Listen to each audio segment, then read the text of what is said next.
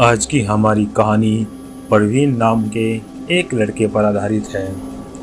वैसे तो यह कहानी उसने मुझे खुद सुनाई थी, लेकिन इस पर भरोसा करना वो आप पर निर्भर करता है, क्योंकि जिसके साथ जो बीतता है सिर्फ वो ही जानता है।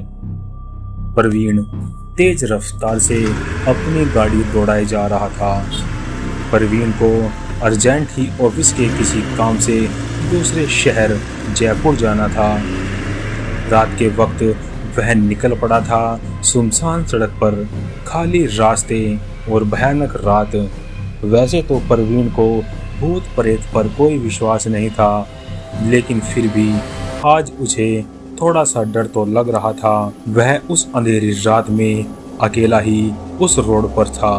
उसने कार का रेडियो ऑन किया और गाड़ी की रेस बढ़ा दी, लेकिन अचानक ही उसे रोड के बीचों बीच कुछ तो दिखाई दिया। उसने तुरंत ब्रेक लगाए, लेकिन ब्रेक लगने से पहले ही उसने किसी को गाड़ी से उड़ा दिया। टक्कर इतनी जोरदार थी कि दूर तक आवाज पहुंची होगी।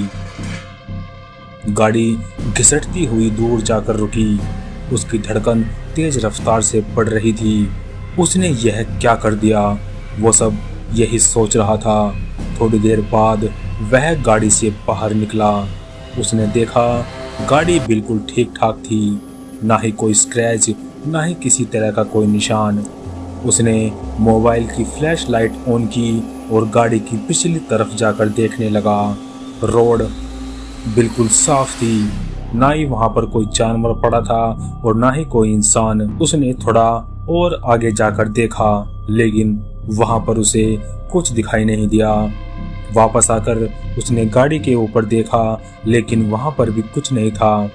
अब उसके रोंगटे खड़े हो रहे थे, क्योंकि एक अजीब सी आवाज उसे गाड़ी के अंदर से आ रही थी। उसने गाड़ी में अंदर झांक कर देखा तो वहां पर भी कोई नहीं था। फिर वह आवाज बंद हो गई। वह गाड़ी में बैठा और गाड़ी स्टार्ट की और फिर अपने सीधे रास्ते चल दिया। वह गाड़ी में बैठा तो अकेला था, लेकिन उसे ऐसा महसूस हो रहा था कि शायद गाड़ी की पिछली सीट पर कोई और भी बैठा है, क्योंकि उसे किसी की सांसों की आवाज़ आ रही थी। उसने गाड़ी के मिरर में देखा तो उसे वहां पर कुछ नहीं दिखाई दिया। पिछली सीट बिल्कुल खाली थी।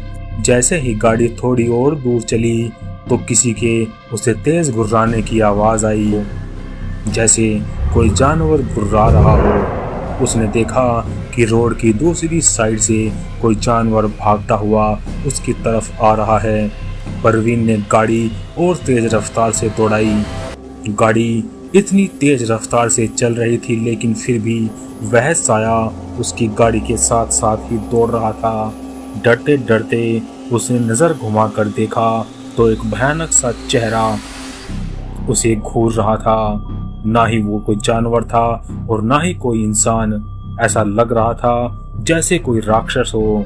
उसका चेहरा तो साफ नहीं दिखाई दे रहा था, लेकिन फिर भी डर के मारे परवीन कांप रहा था। अचानक से वह साया भागकर परवीन के सामने ही खड़ा हो गया।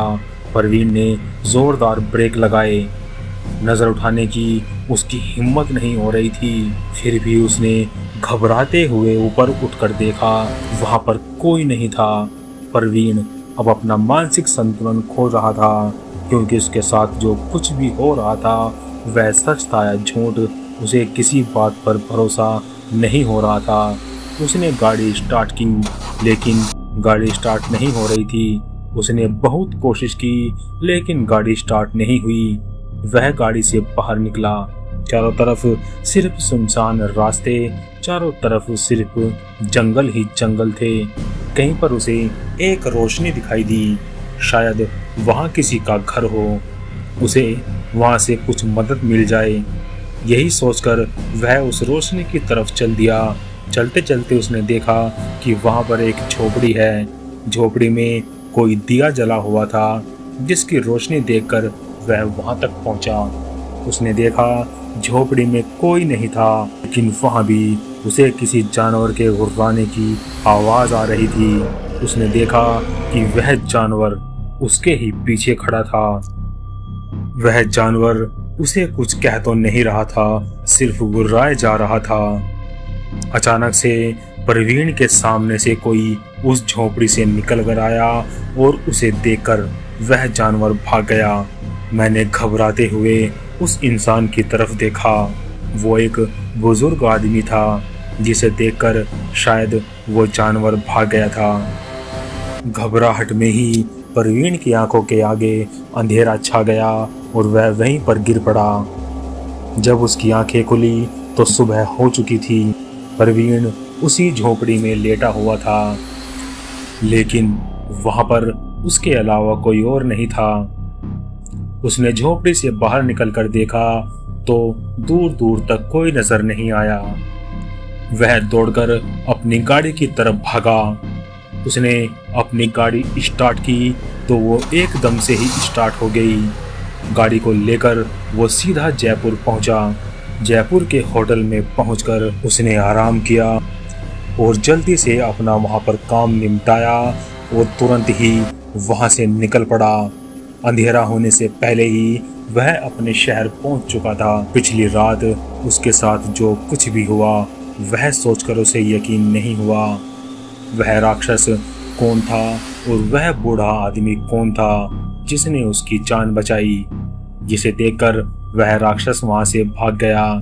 आज इस बात को 2 साल बीत चुके हैं और मैं फिर कभी उस रास्ते से नहीं गुजरा।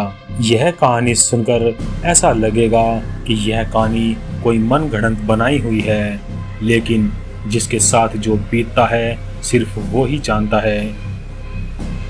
हमारा उद्देश्य किसी को डराना नहीं है, लेकिन अच्छाई और बुराई साथ साथ ही रहती है।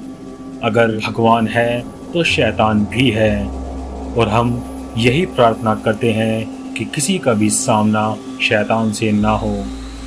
आज की हमारी वीडियो में इतना ही। अगर आपको हमारी ये कहानी अच्छी लगी तो लाइक करें, शेयर करें और जाते जाते हमारे चैनल को सब्सक्राइब करें। मिलते हैं नेक्स्ट वीडियो में, तब तक के लिए बाय एंड बी हॉन्टिंग।